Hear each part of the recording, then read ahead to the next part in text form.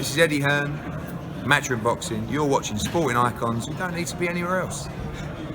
So is Deontay Wilder a victim of bad management, or is most of what's been going on in his career, especially over the last couple of years, entirely down to him and his team have been acting out per his instructions? Well, of course, all of it is going to be debatable and opinionated for the most part. Now, in this video, we're going to be talking about the fallout of the Tyson Fury Part 3 fight now happening now, the contract expired, which the deadline was today, and we're going to go back in time a little bit as well to touch on the whole Anthony Joshua situation as well, where Wilder has lost out on $100 million. Now, as I said, is this down to bad management or is this down to Wilder? Now, if you're a fanatical Deontay Wilder fan, where you're still living in this delusion that Tyson Fury cheated and it never really happened with Deontay Wilder, that he wasn't exposed and the towel didn't come in or any of this kind of stuff, you're not going to like what it is I'm going to tell you as this video goes along. And what I tell you will be the truth. And if you think that maybe I'm lying or I'm misinformed or whatever, as I've always said for the past 3 years, I've been talking about Wilder, which is prove me wrong. So far, nobody has managed to do it. Nobody's managed to do it. People come out, oh, $50 million, $50 million. We're going to talk about that. So my intention is not to hurt your feelings, by the way, but it's only to tell the truth. So if you are easily hurt, I would advise that you stop this video around about this point. For everybody else, enjoy. Now, when it comes to Tyson Fury, now Eddie Hearn put it pretty much the same way that I said it, same way that other people have been saying it as well, and of course many of you, which is when it comes to this contract expiring, as I said, the expiry date was today. How did you, Team Wilder, allow it to get to this point? Bearing in mind, Bob Arum, he said a few days ago that the contract expiry date was given by Team Wilder. They were the ones who put this in the contract, but yet the contract has now overreached. So how did they let that happen? Now, Eddie Hearn, he would give reference to when Anthony Joshua lost to Andy Ruiz Jr. Dillian Whyte, of course, he lost to Alexander Povetkin. Their instructions were very, very clear to Eddie Hearn. You get me that rematch. This is not about the belts. This is not about the money. This is not about the date. This is not about the venue. This is not about even a legacy. This is about me and him. He beat me in that last fight, and I ain't going to let him get away with it. Your job to make sure that I get this fight next. If not, you are responsible. You will move heaven and earth to get that fight next. Don't care about none of the other trinket bits. That's your problem. Get me Andy Ruiz Jr. rematch. Get me the Povetkin rematch at all costs. If I've got to be B-side, I'll be B-side. If I've got to be X, Y, and Z side, then that's exactly what I'll be. I don't care. Get me that rematch. Did Wilder have that same attitude? You would have to say no. Unless he does, and his team totally ignored him. Because Wilder should be looking at this going, Tyson Fury humiliated me in my own country, in front of my own people, on Black History Month. Again, Wilder, he was the one who put this little notion in there, by the way. The towel came in. He battered me from pillar to post. People have been coming out of all kinds of excuses, the conspiracy, the gloves, and this, that, and the other. I feel humiliated because these guys, these clowns, these so-called fans of mine, have made my loss so much worse, so much more than what it really needed to be. I want Fury in that ring. I don't care about the payday. I don't even care if the WBC belt is on the line or not. I don't care where it is. I don't care when it is. You put that 6'9" Gypsy King in the opposite corner to me in a boxing ring. I don't care if it's in the middle of a car park, if there's no crowd and it's not on pay-per-view, and it's just one little guy sat there with his own homemade camera. I don't care. Get him in the ring. That should have been his instructions. But they allowed the contract to expire. Now, of course, people can look at this contract and say, but at the end of the day, when they originally drew up the contract, which would have been back in, October, November kind of time, ahead of their February fight, they're not Nostradamus, okay? They can't foresee that this pandemic was going to shut the world down. Of course not. So how do you put that in a contract? And of course, I get that point. But like with any contract, like with the contract that Andy Ruiz Jr. had, like the contract that Alexander Povetkin has, of course, there's an expiry date on it. Of course there is. But you will always have force majeure, wouldn't you? For those of you who maybe not have heard that word before, it's a posh way of saying ad hoc. For those of you who have any kind of dealings in business, ad hoc. there's always a contingency plan. So if plan A is falling apart, we look at Y and we fix it with a plan B, a plan C, plan D. There's always a contingency plan. That's what it means. Where was that in this contract? Where was that? If we can't get the fight by this particular date, we have the right to invoke an extension on this contract. If either Wilder or Fury is injured and can't make a certain date, we have the right to extend the contract. If the broadcasters or just unforeseen circumstances that's out of control of those involved, we have the right to extend the contract. Why wasn't that in there? Now, that's not down to Fury to put in it. That's not down to Wilder to put in it. Because at the end of the day, when Wilder and Fury signed that contract, both of them would have been signing it thinking from their opponent's point of view, that they are going to be the one who's going to have to fulfill this contract. They're going to have to be the one to activate the rematch. They're not thinking, well, what if I lose? No, because they're going in there thinking, I'm going to win. So that's where the teams come in. That's where, for Tyson Fury, MTK, Bob Arum, and Frank Warren, and whoever else is involved, would look after that side of the contract. The team Wilder, you're looking at Shelley Finkel, JD, and Al Heyman, and whoever else, to look after that side of the contract. Because the teams around them are supposed to be realistic. Well, what if Fury loses? What if Wilder loses? That's their job. And by the looks of it, Team Wilder didn't do their job. They allowed this contract to expire because they didn't make this contract waterproof. No contract would have a unlimited time frame. Nobody's saying that it does. But it's been long enough now. Now, of course, originally the rematch was meant to have taken place back in July. Of course, the whole pandemic kicked off. That wasn't going to happen. So maybe they did have a force majeure, which was extend the contract. They have the right to extend the contract, and they did up until October. Well, today really, isn't it? Maybe that's what it is. But you allowed this contract to expire. And that's the point. You allowed it to expire. Have you ever heard of it before? The only kind of expires that we hear about is maybe negotiations between a champion and a mandatory. If they don't agree on terms up to a certain point in time, then it will go to purse bid. They're the only kind of times that we really hear about it. Now, of course, you can't have an indefinite one because at the end of the day, the WBC belt is on the line. The WBC will probably go, well, hang on a minute, that's our belt. This rematch got nothing to do with us.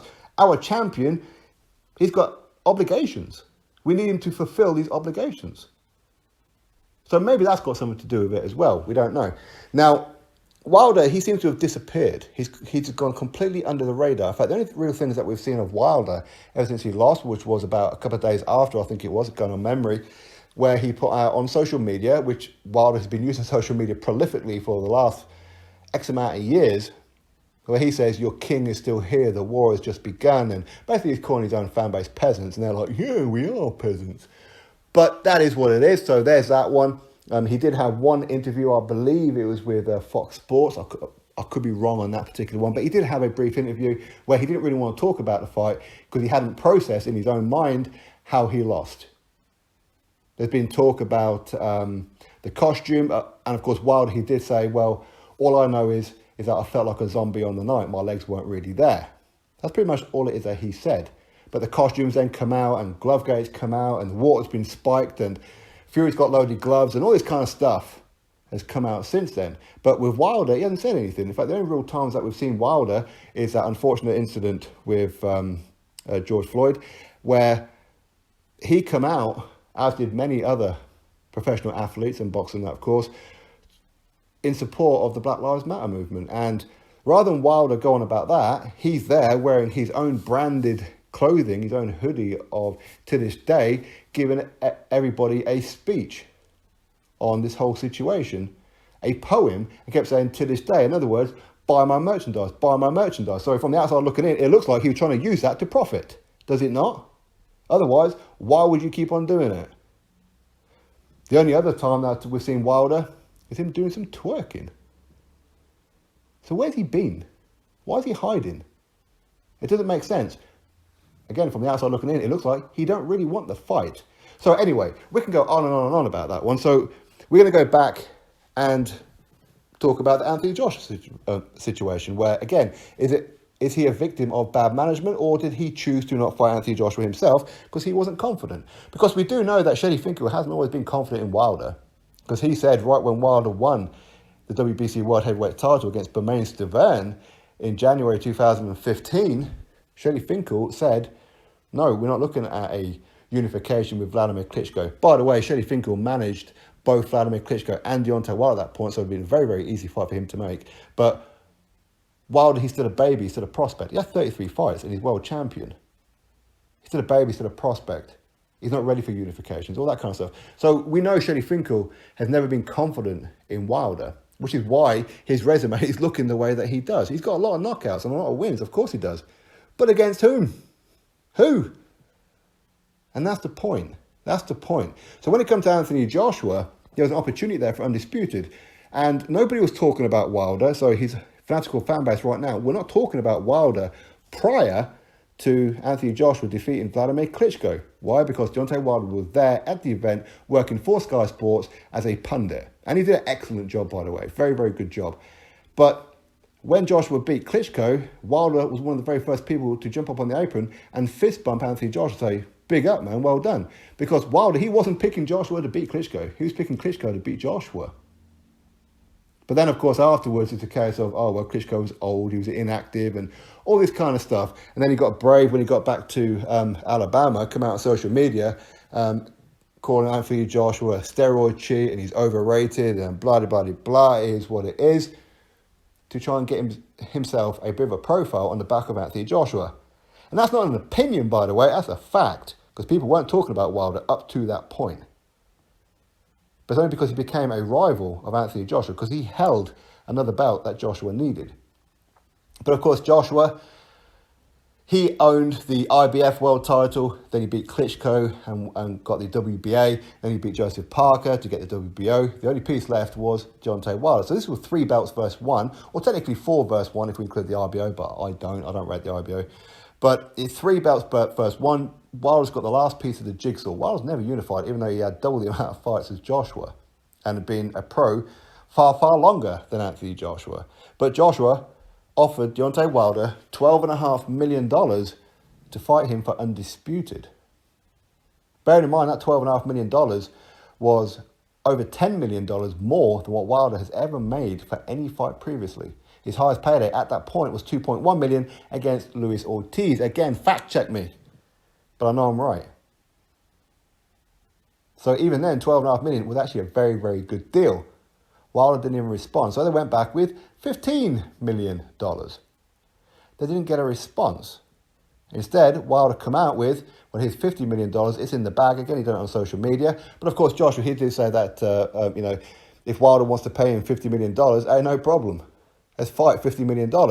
But what Anthony Joshua was not saying was, I'll take $50 million and I will do whatever it is that you want me to do. I'll come to the ring as challenger, or it'll be Wilder versus Joshua, or the fight can't be on Sky Sports, or I've got to wear really, really, really thick gloves and I've got to be VADA tested and Wilder doesn't.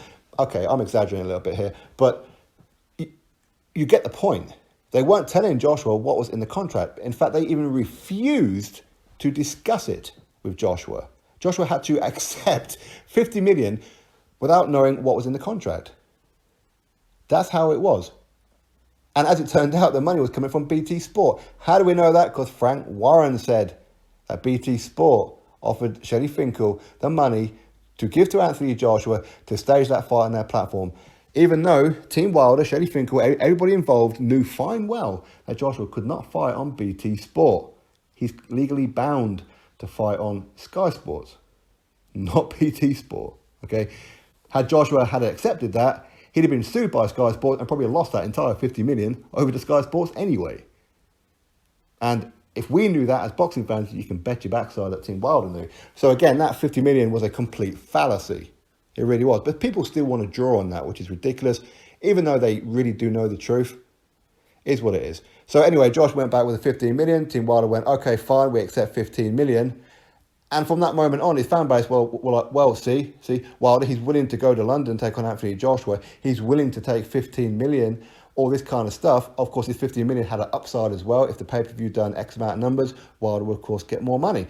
But just because Wilder said yes, the contract came in, and he refused to sign the contract, knowing full well that there was a deadline on there because Povetkin had been ordered to fight Anthony Joshua for the WBA, and the WBA had been told to wait and wait and wait and wait and wait for months prior to that.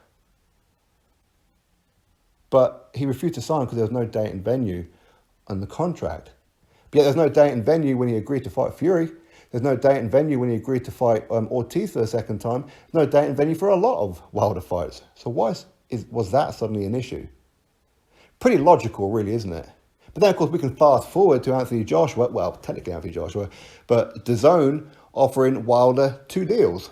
And again, Shelly Finkel backed up this as well, where it's going to be $120 million. The first fight, you get $20 million take on Dominic Breazeale. Then you get a $100 million guaranteed to fight Anthony Joshua, with the first fight being in America, 2 fights, undisputed. They didn't even try to negotiate the price up. Of course, you don't always accept the first offer that comes through, but you try and negotiate it. But Shelly Finkel said, well, the reason why we're not fighting Anthony Joshua is because I personally, as in Shelly Finkel, does not have a good relationship with Eddie Hearn. If I have a good relationship with John Skipper, head of DAZN, then we will look to make that fight. Shelly Finkel's telling you that he is the one making the decision as to whether or not Joshua Wilder happened or not. Again, fact, not an opinion. $100 million take on Anthony Joshua. Bear in mind, he didn't have to take $20 million to fight Dominic Breazeale. The $100 million to fight Joshua was there. Is he a victim of bad management? Because they talked him out of this $100 million. And of course, they sacked and fired Lou DiBella. Because Lou DiBella set up this meeting with DAZN. And they fired him for trying to get Wilder the deal of the decade. Why? Because they wanted to go fight Tyson Fury. Tyson Fury, of course, he was inactive and everything, but he won't get no $100 million to be taken on Tyson Fury. Not 2 times, not even a combined 3 times would he have got $100 million. It wouldn't have happened. And of course, Undisputed was not on the line with Tyson Fury as well as. And now Tyson Fury humiliated him. Tyson Fury battered him. Tyson Fury beat him in the first fight, but of course he got screwed to a draw.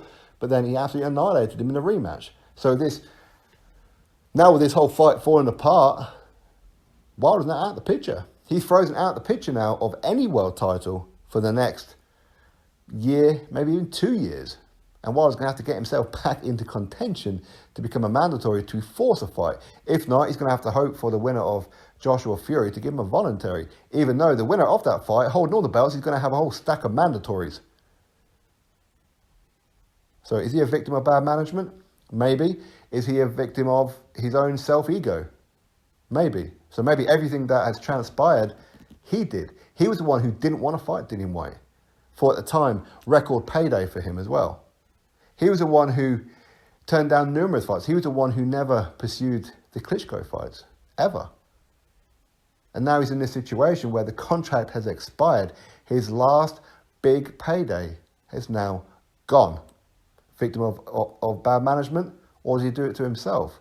You decide. Drop your thoughts below. Click thumbs up, subscribe. Catch you all on the next video.